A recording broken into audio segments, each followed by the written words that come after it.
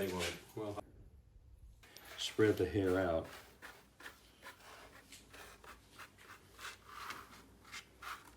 And I'm looking for hairs that have twists or knots in them, like, or super fine. Like, look at this one here, right here. See this hair? It's real twisty. Has a lot of twists, so we're not going to use that.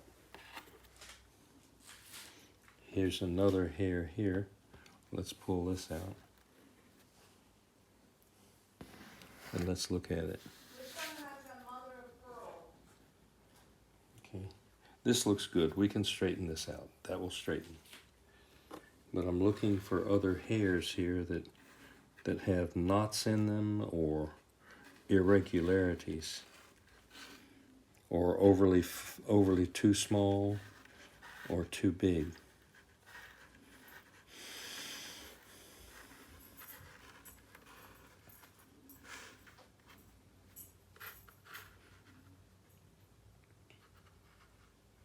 Here's a hair that's really, really fine.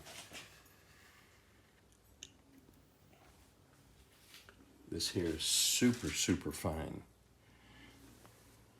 We won't use that. But we'll save that and use it just on cheap student bows. But this is, we're hearing a very high quality professional bow now. This one here is super fine.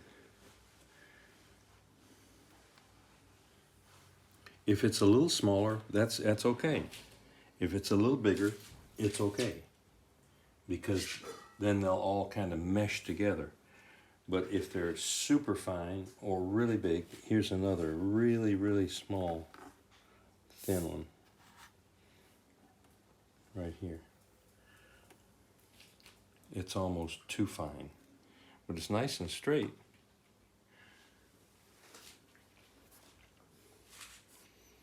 Oh, here's one. See this hair here?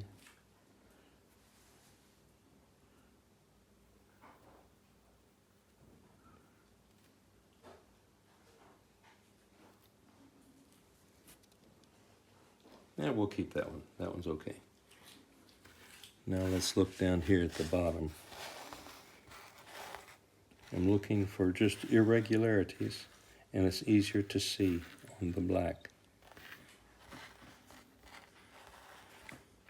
This batch of hair that we got this time, oh, here's one. See this right there?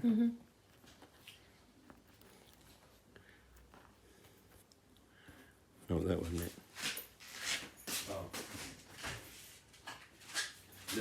This batch of hair is good.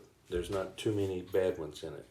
I've gotten hair before that has a lot of bad hairs. But you can, where did I find the one? Where is it again? Here.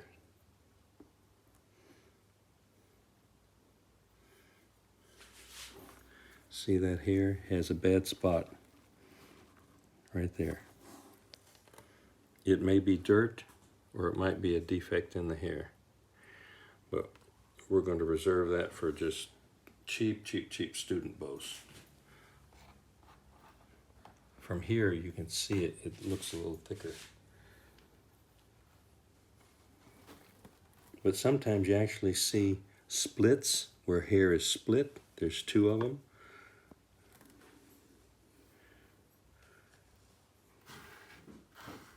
And I don't worry about the very ends, because the ends we cut off. It's more of towards the ends. That one's okay. Or if they have big irregularities, bumps in the hair, splits, and the good musicians can feel that on their bow. Wow. And it doesn't grab the string evenly. Does that make sense? Because the hair has to be elastic and grab the string very evenly. So this is the hair, this is the end of the tail here. So these hairs are a little bit smaller, a little finer. This hair is up by the body, so it's a little bit thicker. So we'll put this hair in the tip, and the slightly thicker hair goes toward the frog. but I'll move down. Oops. And I have a gauge here. I can pretty much feel it in my hand. This feels about right for a good violin bow. And this particular gauge comes from Germany, and I've marked on it where I like to keep violin, viola, and cello bows. And I go a little bit above it, a little bit below it sometimes. And then I push it down, and you can tell it's right there for a violin bow. So after doing more than 10,000 bows, you can feel it in your hands. So we have some good hair to use on a very good bow.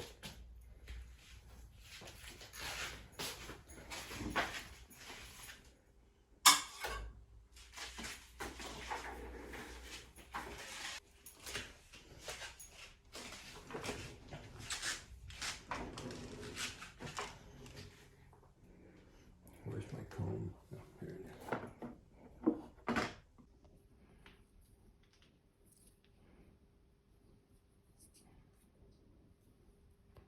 So I'll pull the short hairs up and get them fairly even.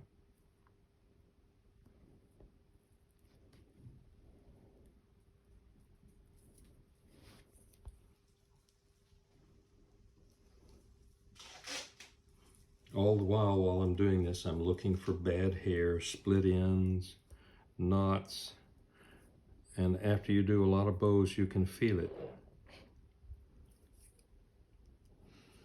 Then I'll go down to the other side,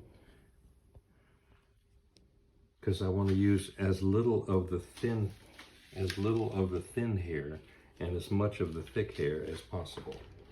So I'll even this out. And even on some of these, you can see there's little tiny knots at the end of this hair. But I'll even these up and then cut the little knots off so that when we're combing the hair, the comb does not grab on the little knots, and it will comb out nice and evenly.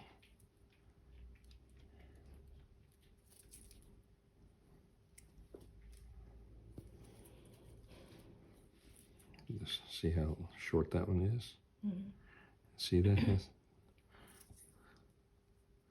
These are a little long, so we'll just pull those out and move them back down. Pull this one out. Move it down. Be sure there's no real short ones in here. These are a little bit short. We'll pull them up.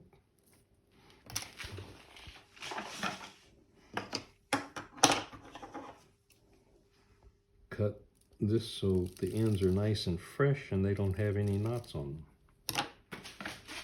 them. And then I believe in starting at the tip and working towards the frog. Other people start at the frog and work towards the tip. But I'm a tip head first man. So I'll kind of measure this. And we will cut here. So I can cut the very ends of it off.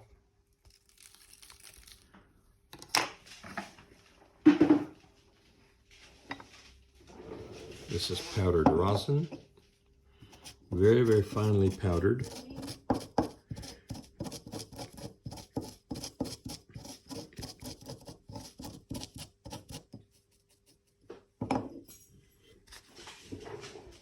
Take the accent rosin off. This is liquid crystal polymer cord. It's extremely strong and very fine. And I also put powdered rosin on it.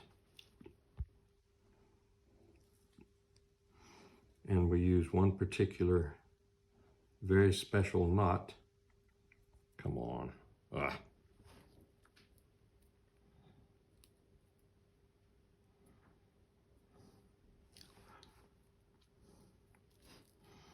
We'll pull it towards the end.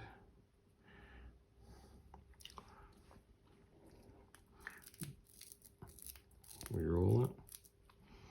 Roll the hair like this. Twist it a little bit. Roll it, because we want the knot to be as small as possible.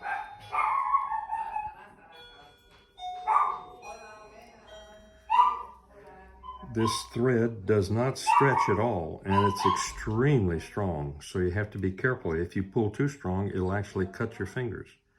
So I wind 5 winds very tight, holding it tight.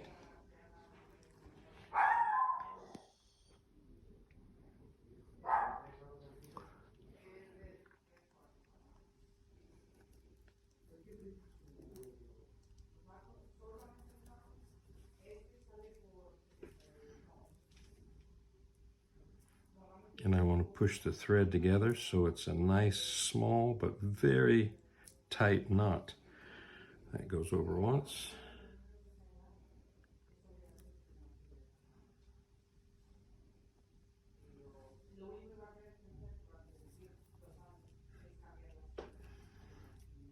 And then we want to be sure to get a square knot, not a granny knot.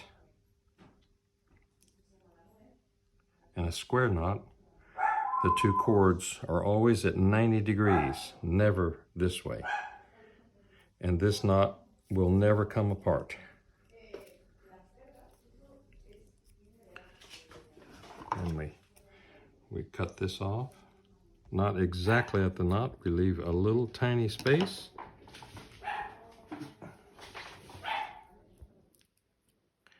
I want to line the hairs up, be sure everything is nice and straight, and look at it. Then we cut it off in front. We leave just a little bit in front of it. Dennis, can you hold it still real quick? Wow, you cut really close. Yeah. But then, now this is the important part, and this is what I do, and I've never seen anyone else do it. But after 10,000 bows, these knots never come apart. And you don't have to put glue in the tip. Dennis, is this 4/4 crochet tuned for the kid? I'll be there shortly. Ahora viene por si acaso. So you see there's powdered rosin on this. There's powdered rosin inside the hair also, and inside the knot. So we pass it over the alcohol lamp, melting the rosin. We burn the tip of the hair at the bottom of the flame, where the flame is coolest.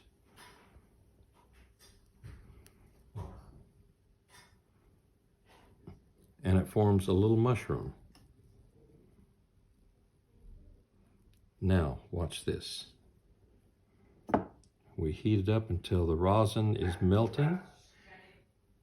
We crush it, and we turn it, and it's flat. It's super important that the hair be a ribbon, nice and flat with no crossed hairs all the way down the bow. And to do that, I believe it's important that the hair start flat at the bottom of the head mortise. And I have a small little simple screwdriver, and then we push it in. And so this small knot completely fills the bottom of the mortise. We flatten it, and then our little wedge fills in the rest, and it's tight, but it does not squeeze the side of the head. That's important, that you don't squeeze this way, the size of the head, because this is a 9,000-euro bow. We don't want to do any damage. And I'm pulling on the hair just ever so slightly, pulling backwards, and then pushing in very gently.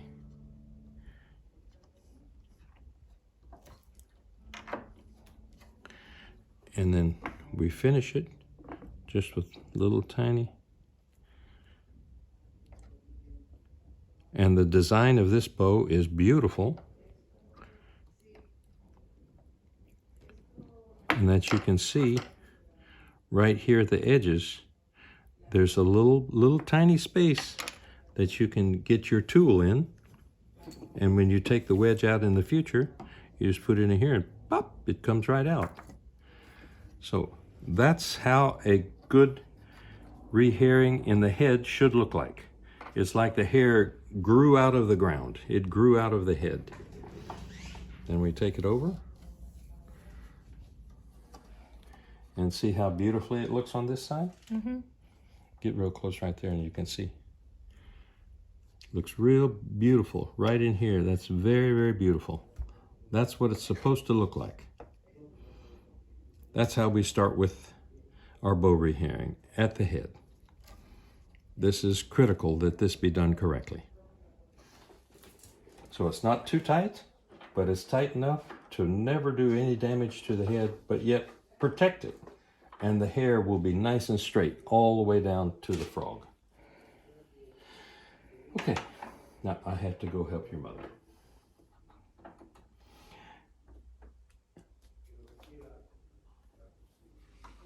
And we gently hold this in our little rig. Voila!